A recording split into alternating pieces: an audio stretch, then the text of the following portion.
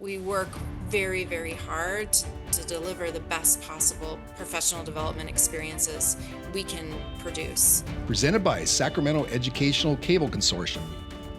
You're listening to Lights, Camera, Learn.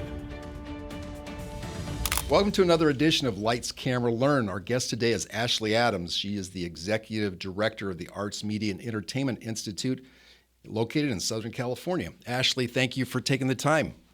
Thanks for having me, Aaron. Great to be here. Absolutely. So you've been a teacher, you've been in the arts, you're now heading up this institute.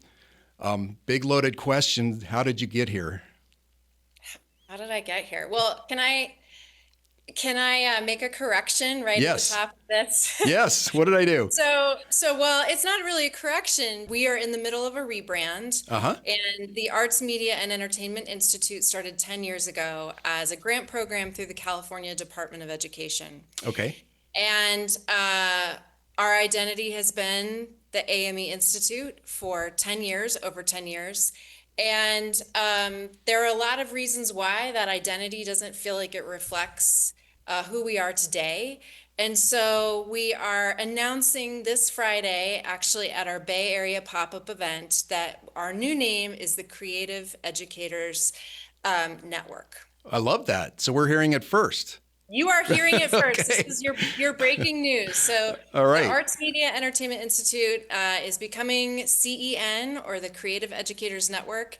And we just feel that that name really reflects the hub of connectivity between creative educators and the creative industries that we are.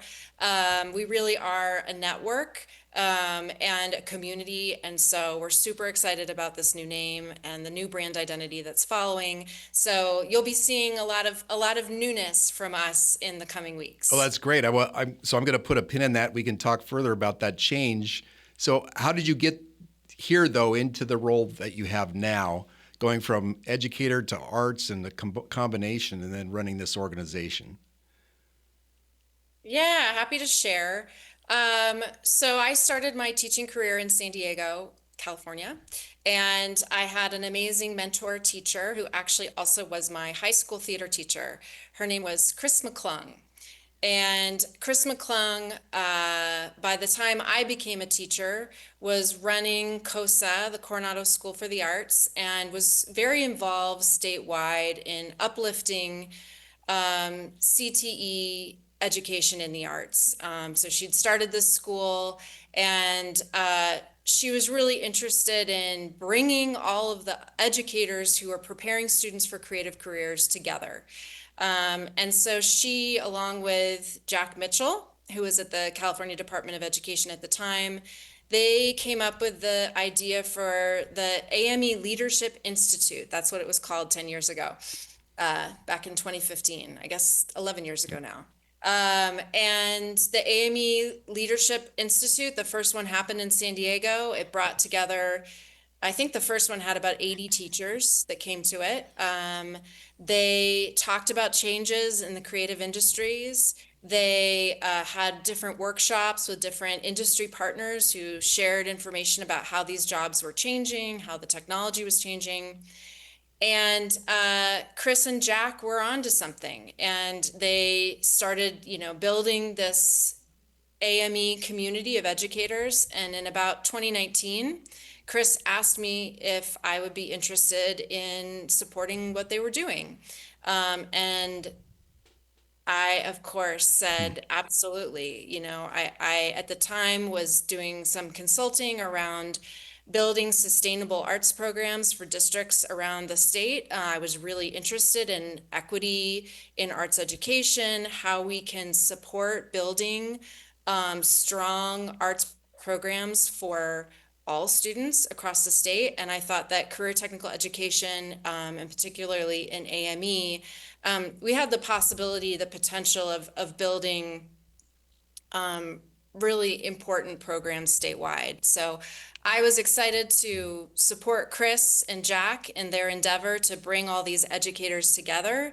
And so I joined the team back in 2019. And then in 2020, we had a pandemic. Yes, we did. And Yeah, we couldn't gather everybody in person. We had to gather people virtually for the first time. And I think what we learned at that point was that there were teachers across the country who actually needed this kind of community. sure. So, we had a great community of educators across the state in California who were preparing students for creative careers, um, building equitable pathways for access to creative careers.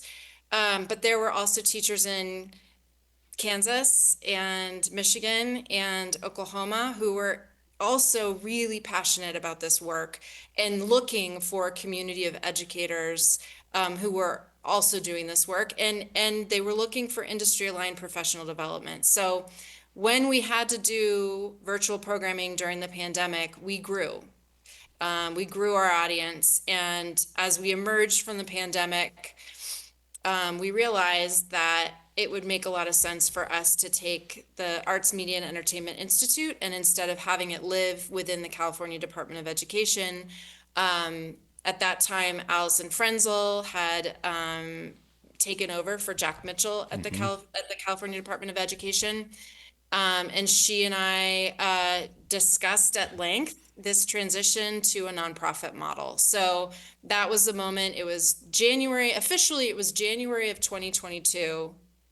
We transitioned from a California, Department of Education grant Right. program to a national nonprofit. And since that time, gosh, it's now it's been 4 years since we've been a nonprofit, which is crazy. And we've continued to grow our programming. So teachers across the state and across the country have noticed, we have more live events.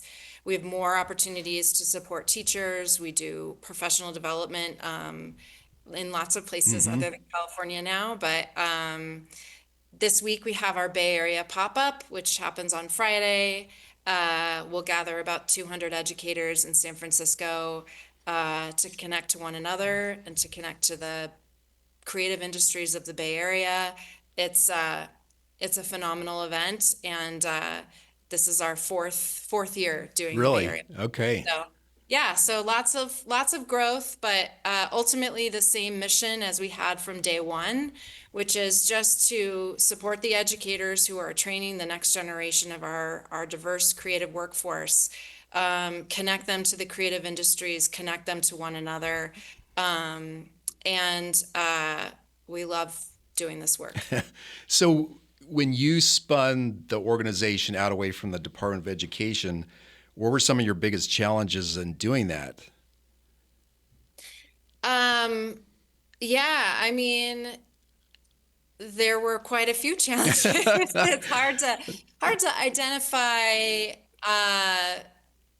what the biggest ones were, because in many ways everything was a challenge because Sure, I everything can was imagine. new. Yeah, We were building a board from we'd never had a board of directors before. yeah, And I'm super grateful for the board that we have now, who's really invested in our growth and our leadership. It was building that foundation that we never had to really establish as a grant program sure. from through the California Department of Ed. There were a lot of systemic systems things that we were able to rely on a host district or the department for. And then when we became a nonprofit, it was really like, okay, you've got to stand on your own 2 feet. You've got to everything from budgeting and fundraising Yep. to, building out a staff.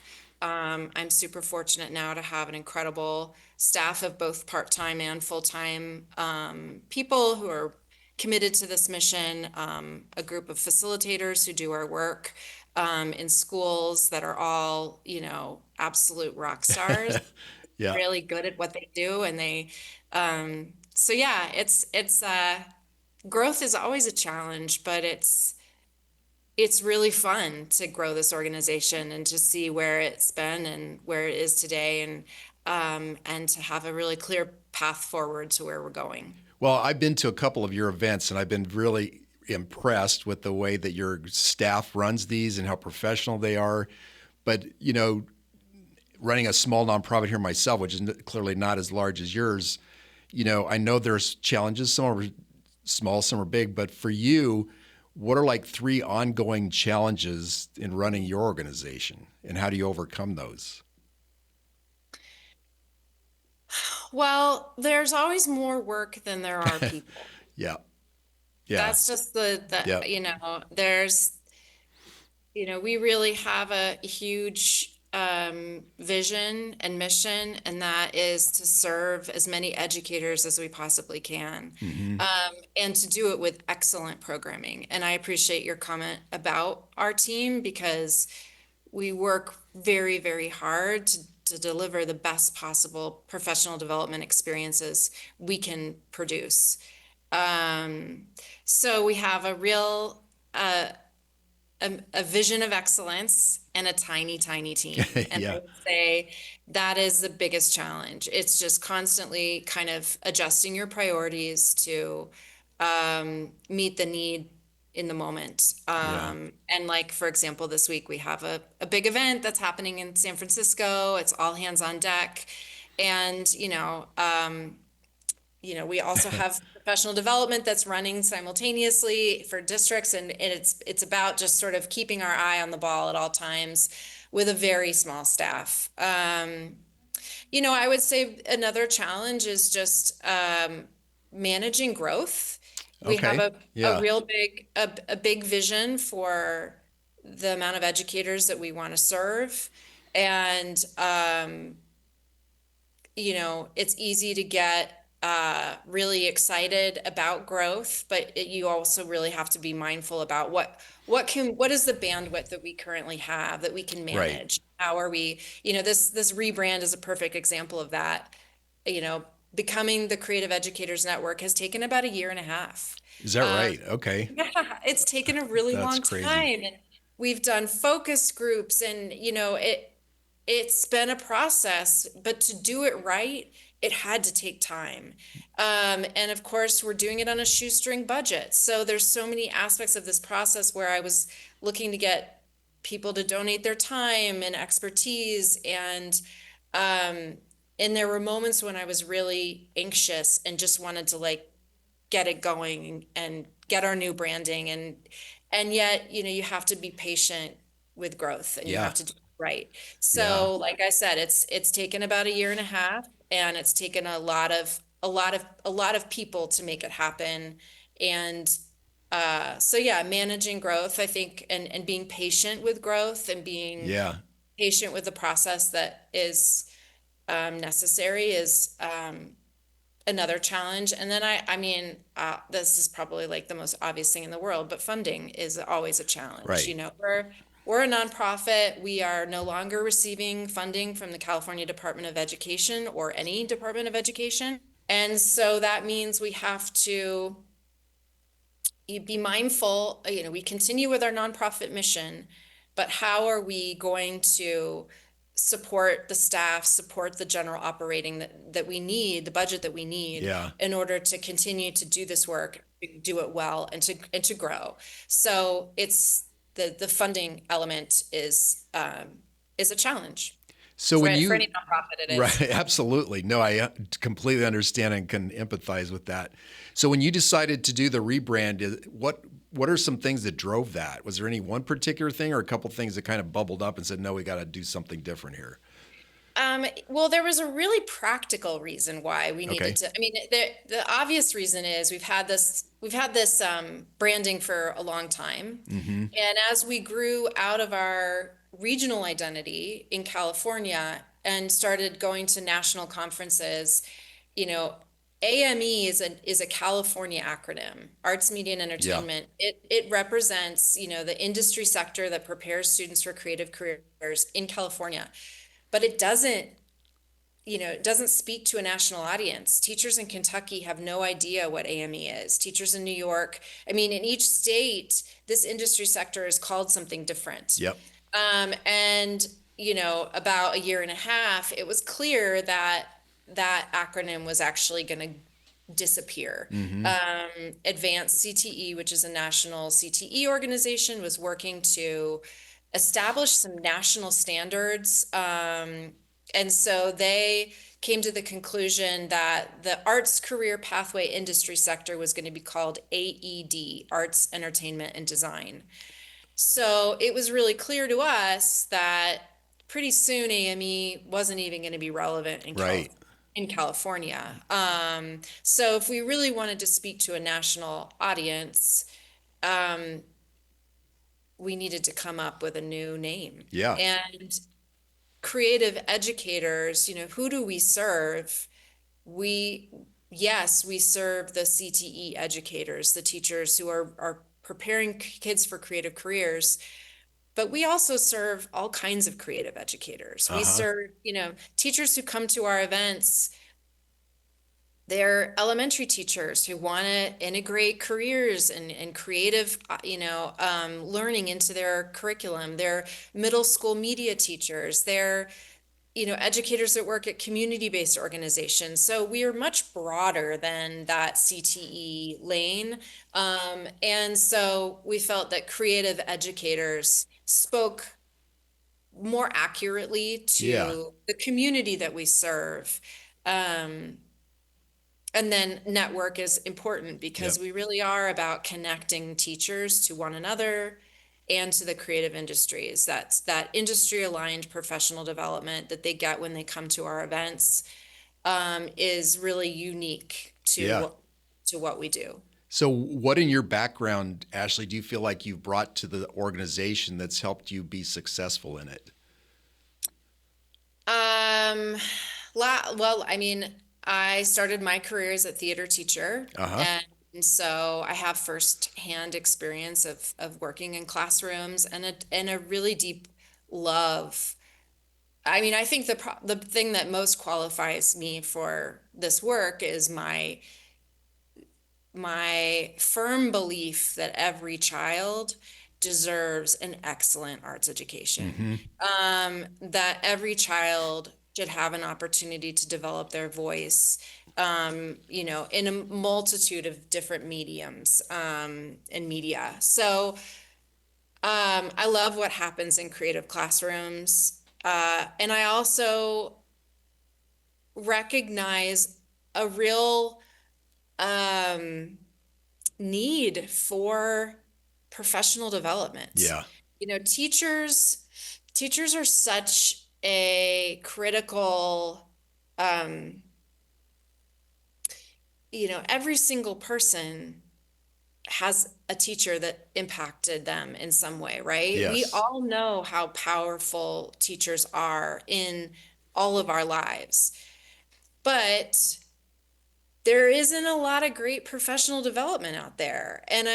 Unfortunately, um, you know, when I was a teacher, I know a lot of times, especially teachers in the arts and teachers who prepare students for arts careers, their districts don't know how to support them.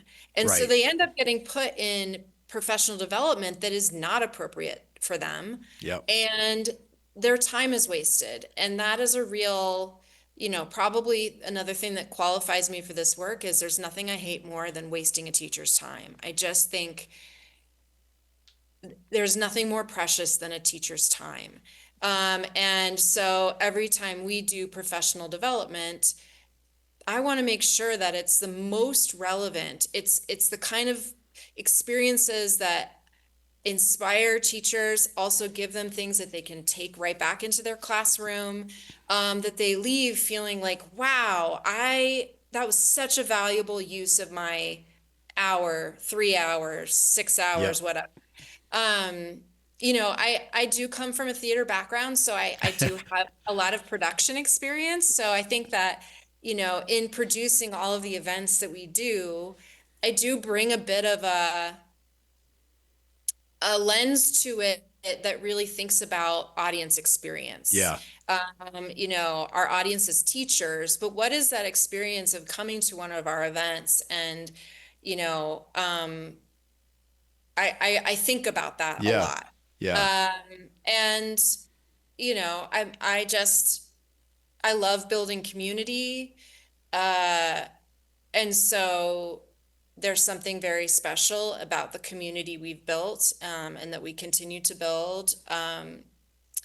I don't know. In terms of the other things that qualify me for this work, I mean, uh, to start a nonprofit and to, um, that any kind of entrepreneurial thing, starting anything is going to be hard. And there are Yes. going to be moments when, things are not working or you have problems that feel insurmountable. And I think at the end of the day, I'm pretty scrappy and can, put my head down and just keep going through those moments that feel hard. Yeah. And I think that that's, maybe not, it doesn't necessarily speak to my expertise in, No, but I uh, think the scrappiness is necessary, right? yeah, Because you can't just show up every day and just go 9 to 5 and think everything's going to get done. If you don't dive into it, it's not going to get done.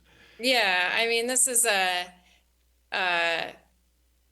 it's hard, even though we had a wonderful foundation as a grant Yeah. program, the California Department of Education. When we became a nonprofit, there was a lot of transition, and there was a lot of beginning something new. We've certainly begun a ton of new programming, and all of that requires you to really stick with it even Yeah. when so I think that maybe those are like personal aspects of me that um have helped in this journey. um yeah, but I mean, at the end of the day, I care deeply about educators and students, and we strive to build learning experiences for educators that are truly transformational. Yeah. They walk away and they really feel newly empowered, um, supported, inspired, all the things that they have to keep doing this really hard job that they have. Well, I think it's important because, I've only been in this role at our organization for a year as of today. And I've learned that the vast majority of media educators, at least in this market, had no preparation for being in that job. They got into it because either they got voluntold to do it, or they thought, okay, this would be more interesting than teaching history right now, so I guess I'll give it a try. Or they were on yearbook, and the principal said, well, you know how to do yearbooks, so you must know how to do media or or arts or something like that. And they struggle. We did a little just off-site training back in October with a few teachers, and at the end of the day, the teacher that had been doing it for about 10 years and the one that had been doing it less than 2 were almost still at the same playing field coming into it. And they didn't know that coming into it until we started teaching them some of the things that they both thought they knew, but they didn't know, and they didn't know at the same level. So I can see that, for a lot of these folks that have stayed with it, talk about dedication. Because they got into it before there were organizations like yourself or other places that they could go to at least find something online, but they still struggle. So I think your organization in particular, I think, is really fulfilling a vital role in this, that they need that kind of preparation and continuous education too. Yeah, Chris McClung, who, as I mentioned earlier, was my mentor teacher, and then sort of handed over this organization to me at some point. Yeah, She always said that the AME Institute is where teachers go to find their people. yeah, And I've heard that echoed over and over again. In fact, last year at our pop-up, we had a teacher, do a testimonial and say wow, verbatim those words, that I found my people. And it's a very special thing. A community like this is, it's fragile. It's yeah, very special. And to be able to create space for educators to find their people and to really find the community that they need to support them in their role is, um, it's pretty, it's an honor, and yeah. it's pretty magic. Yeah, I can see that. So, you had said something earlier about, schools and districts and whatever, sometimes it's difficult for folks on your end to convince them that arts is important. Mm. So how do you do that? What's the argument?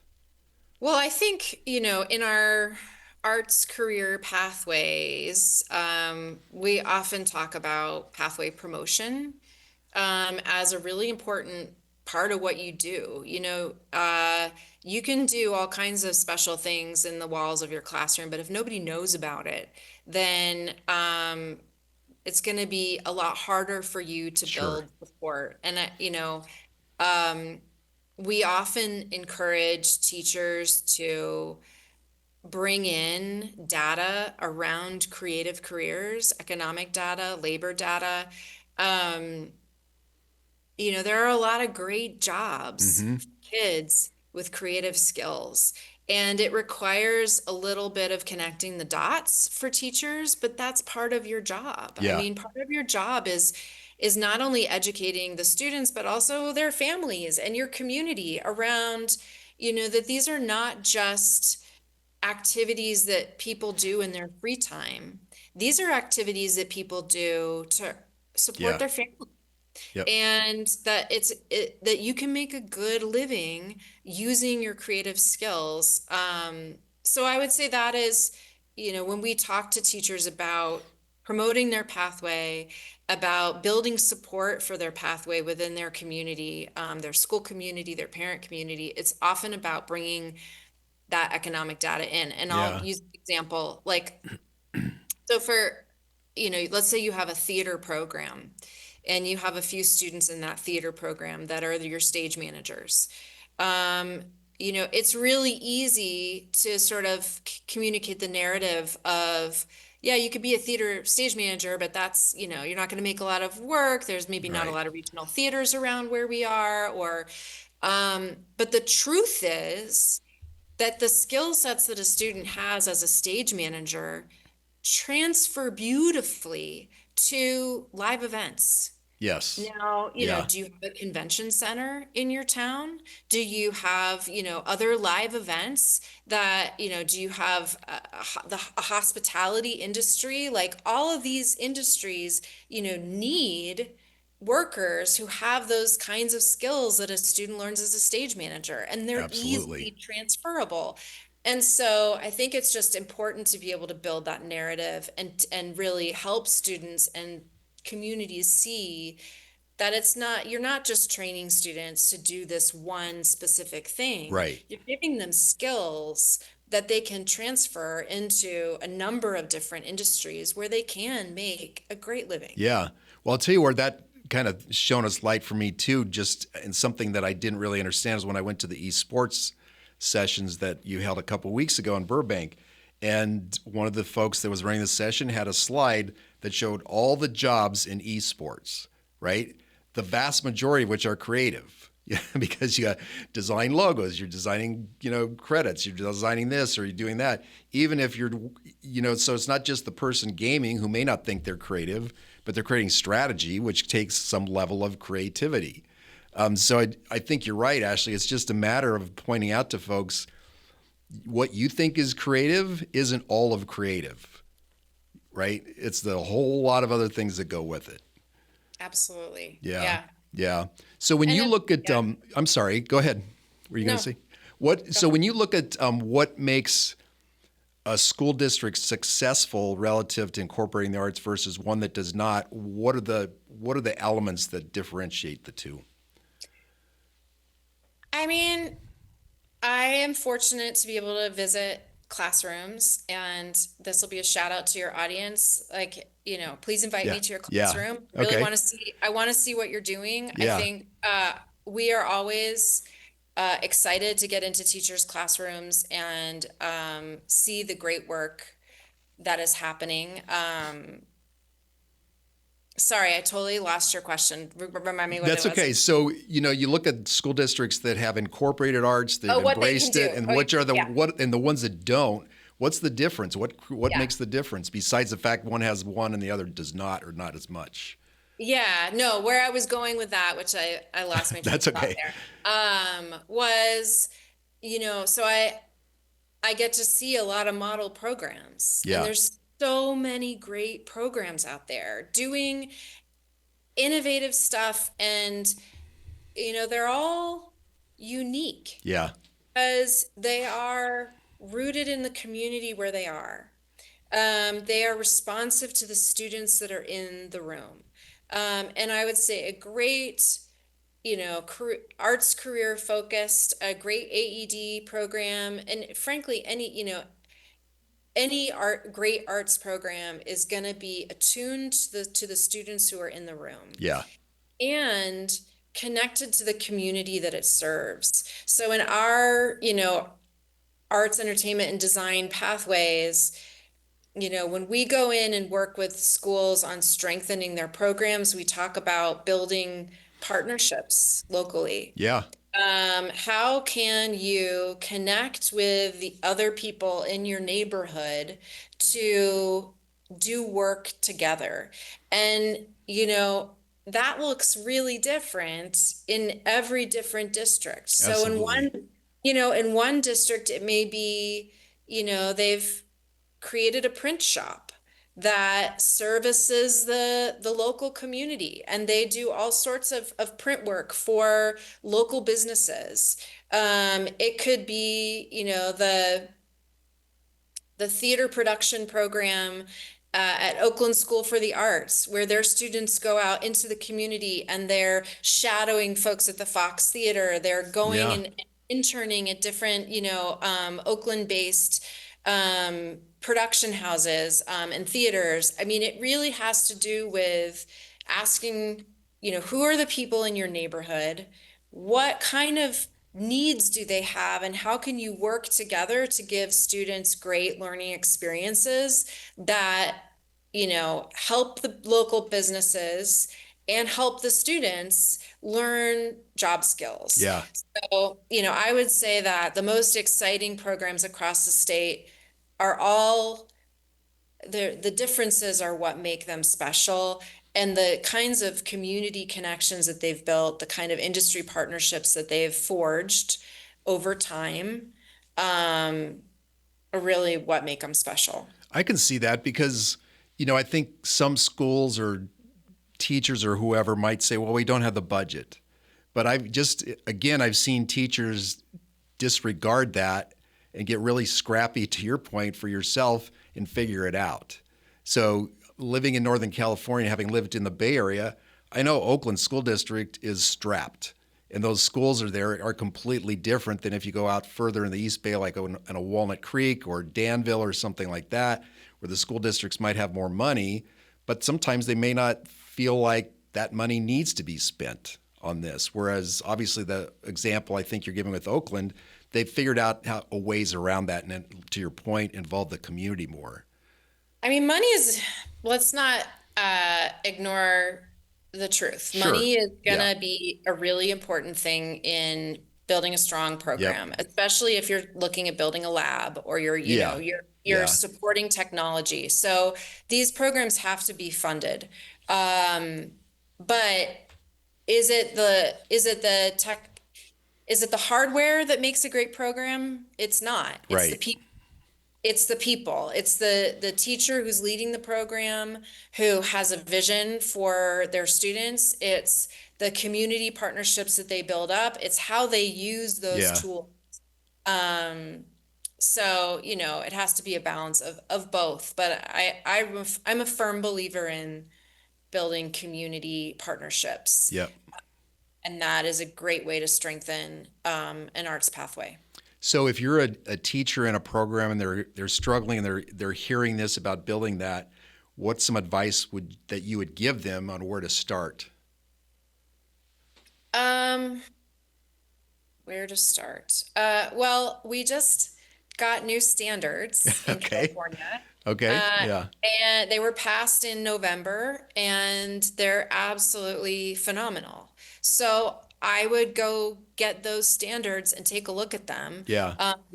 They were written by, I think, an advisory of over 180 people. They were vetted by teachers. It was a long process that they went through to get these standards passed, and they're phenomenal. Yeah. And so I think if you're just starting out and you're trying to figure out, how do I build a pathway? How do I build a course sequence that's going to support students in career or in college pursuing a creative profession, I would start with those standards Okay. and I would ask yourself, what am I currently doing?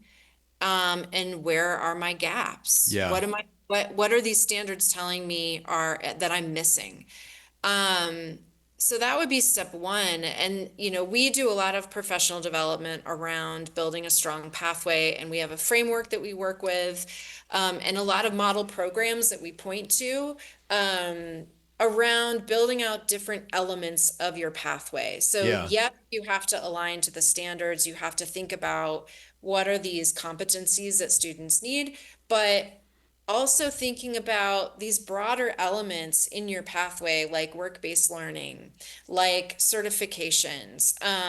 How are you building a learning experience that is connected to industry? Um, and we've kind of broken it down into these different elements. Uh-huh. So when we do professional development with teachers, we're really pushing them to think deeply about the elements, to think about how they're evidenced in their current pathway and how they can be strengthened. Okay. But work-based learning is a huge one. Yeah. How are you making what's happening in your classroom relevant to the real world? I mean, one of the most exciting things about a CTE classroom is the hands-on learning pieces. It's Sure. the Absolutely. application to real world. So you've got to build that into what you're doing in your classroom. That's why students are going to show up, frankly. Right. So if I'm a teacher and interested in doing what your organization or getting involved somehow from a professional development, where would I start? What would I start looking for? Um, we would recommend that you go to our website Yeah. first, and we've kind of organized our offerings by categories. So we have our events. We've Uh-huh. got a we've got a big event in Burbank every year, which you've been to. Yep. And that's a 3-day event. It offers teachers an opportunity to do software trainings. Last year we had over 10 different software partners there: Adobe, Unreal Engine, Toon Boom, Avid, all industry standard partners. So you're going to get training, you're going to get to meet with professionals who do these jobs and better understand them. So we have lots of panels and fireside chats. Yeah. And then we also take teachers out into the creative industries themselves. So teachers go to Nickelodeon for a day. They go over to Warner Brothers and get to see the costume shop. They get to go to Dolby. They have these really immersive learning experiences with our creative industry partners. So, for the I mean, we've been doing this institute in Burbank now for Yeah. many years, and it's really a great place to start for educators. We also have a number of other smaller programs. One is the Bay Area Pop-Up, which is Yeah. happening this Friday. That's a 1-day event, but kind of a condensed version Yeah. of the summer event, but for Bay Area educators. And we're also starting to build some programming in Colorado, which is really Yeah. I exciting. noticed that. Yeah. Yeah. So, those are kind of the live events that teachers can attend. We do boot camps periodically throughout the year. These are 2-day, just deep dive into technology so you can get certified. So lots of teachers want to get certified in Adobe. Yep. We do a lot of Adobe boot camps, certification boot camps. And then we offer our district PD. And so if your district is really committed to supporting its arts, entertainment, and design Mm-hmm. educators, we have a number of different offerings. We can come in for half a day and just talk about the new standards and orient you to the new standards. Or we can come in for 3 days and do a really deep dive into project-based learning in arts, entertainment, and design. And kind of that's the spectrum of what we Yeah. can do. But we have a lot of different offerings, but our facilitators are all model arts, entertainment, and design educators themselves who have led programs and really understand the intricacies, the nuances, the challenges Right. of building a strong program. So how much are you looking at or trying to figure out incorporation of AI in any of the professional development or other trainings that you offer? because it's not going away. So, and people are the teachers that we talk to are many of them are struggling with what to do with it. You are right to acknowledge that we're really in a critical moment. I Yeah, think education in the creative industries, there are a lot of questions and fewer answers about the right path forward with AI. Right now, the recommendation from the California Department of Education is that AI tools are not being used or at least generative AI tools are not being used in classrooms to create content, that yeah, those foundational creative skills are still what the emphasis should be in our arts, entertainment, and design classrooms. However, I am aware that these tools exist in, the Gen AI tools, yeah, AI in the tools that teachers are using in their classrooms. So there's a lot of like I said, there are a lot of questions. We're all struggling with how best to serve students, how best to prepare yeah, them for creative careers, and how to ensure that they continue to really develop their creative skills. yeah. Where do you see your organization in 5 years? Well, I think we're going to be doing what we're doing today, Uh huh. bringing teachers together, connecting with them with the creative industries, giving them the tools, the training, the support, the inspiration that they need to be the best that they can be for their students. My hope is that we just continue to grow. Yeah, That, we are, as I said, we have a magical, beautiful community that we've built over the last decade, in California primarily, but it's starting to grow outside of California. So my hope is that that community just continues to grow, yeah, and that educators across the country are embracing creative careers as a viable future for their students. sure. That the arts are no longer relegated to, you just that's something that you do for fun, Right. but that creative thinking and the communication skills, all of these things, collaboration, all these things that are taught so well in our creative career classrooms, that those skills are really uplifted, nationally, and we really start to value those skills as job skills for all Yes. students. Yep. No, I would agree. So, did you always consider yourself a creative person? I have, Yeah. yes, I've always Yeah. identified as a creative Yeah. person. Yeah, Were you always encouraged to express that? I was. Yeah. Yeah. Yeah. Because I've asked some people that are in either a creative career or they're teaching it or something like that. And there was a guy that interviewed last week, and his parents didn't want him to be that. They want him to Mm. be something completely different. But he's at the age of 7 or 8 years old. He just knew that he had a creative bent that he needed to continue to express and stayed with it. So You- yeah. I think, I started as a creator on the Uh stage. huh. As a young person, I was in plays and Yeah. I was in theater, and then when I was in college, I was a theater and an English major, but I discovered that I preferred directing Oh, to interesting. actually Yeah. being on stage. That I liked the process of putting together a production. I really liked thinking about how to create this unified experience, thinking about audience. I mean, those questions were more interesting to me as a director than as a performer. Yeah. And I think, as my work has evolved and as I became an educator as well as an artist and a director, at this stage, I'm really thinking about, you know, as a director, you're supporting all these other Right. artists to realize their full potential. Yeah.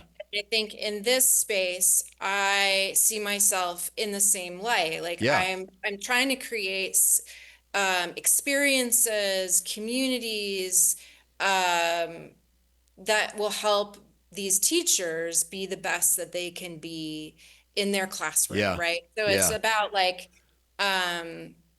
I don't know if that like really makes sense, but I like It that does. space that's supporting people to be the best that they can be. I really do believe that teaching is an art form. So I see teachers as Yeah. artists, and I see that their approach to their classroom and what happens in it is an artistic endeavor. So I think when I approach professional development, and it really is through that lens of how can you become the best Yeah. um, artist, teacher in your classroom that you can be. Um, yeah. I can see that. Well, when you started talking about you were drawn more to being a director, I said, well, there's the skill set that you brought to your job. So Yeah. I can definitely see that. And it's Yeah. interesting. I think, do you know Dennis Weaver? He's I one of the, do. I yes. love Yeah, Dennis. Dennis is great. So he's going to be a guest on in another week or two. And he and I were Excellent. talking, yeah, he and I were talking about some of this earlier last week. And he said, you know what, Aaron, I don't consider myself a teacher. I'm an artist. Yeah. And he said, I'm not just an artist in class. He also has some other artistic endeavors outside of class because he's a musician and he produces film and all these other things. But he said, that's what I bring into my class. I don't bring the teacher into the class. He said, obviously I'm teaching, but I got to bring that creative person in here to make people pay attention. So there's a book called Free Play by Stephen Nachmanovich, Okay. and it's about improvisation Yeah.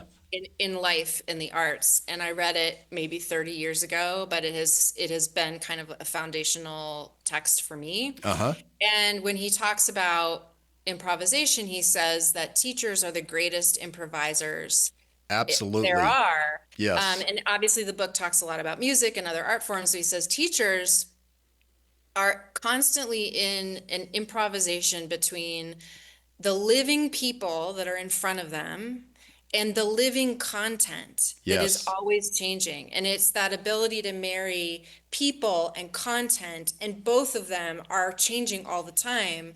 And that is an art form to be able Yeah. to do that. And anyway, he talks about it being one of the greatest art forms, and I agree. It is an improvisational art form to be a teacher, and it's pretty incredible to watch teachers who are truly It gifted. is. That's a great analogy. I love that. Yeah. So the last question, if Ashley was going to go back and talk to herself in college, what advice would you give her? Oh, I remember you told me you were going to ask this, and I didn't think about it. That's okay. God, that's really hard. My college, college version of myself needed a lot of advice. I think we all probably A did. lot of advice. Yeah. I Yeah. was a little lost in college, Yeah. and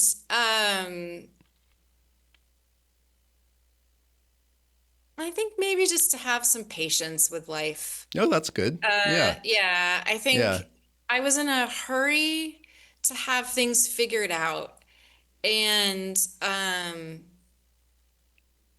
you don't need to be in a hurry when you're No. that age. You just need to keep putting one foot in front of the other and keep showing up and be the best version of yourself. And, um, you know, there's no rush. So I Yeah. think I would, among other things that I would tell myself, say, be patient Yep. and, um, things will unfold as they're supposed to. Yeah. I think that's good. Yeah, that makes sense. Well, Ashley, thank you so much for being part of this. I really appreciate your time and all of the information you've given us. So, what's the new URL for the rename of the organization? It is creativeeducatorsnetwork.org. Okay, creativeeducators.org. Yeah, Yep, creativeeducatorsnetwork.org. educatorsnetwork.org. You got it. Yeah, and our new website will be unveiled in about a month. So Okay. you can still go to amyinstitute.org, Yeah, and that'll take you, but in about a month we'll have a whole new look, sure. and you'll get to see the new branding and everything. Okay. It's pretty great. I Yeah. can't wait. All right. Well, thank you again. Appreciate Thanks, it. Aaron. Yep, Yeah. you bet. All right, that's it for this episode of Lights, Camera, Learn. You can catch us on Apple Music, Spotify, Pandora. and also on our website, secctv.org. You can also support us on Patreon by clicking on Lights, Camera, Learn. Thank you again for taking part in this and listening. And until the next episode, make it a great day. Thanks.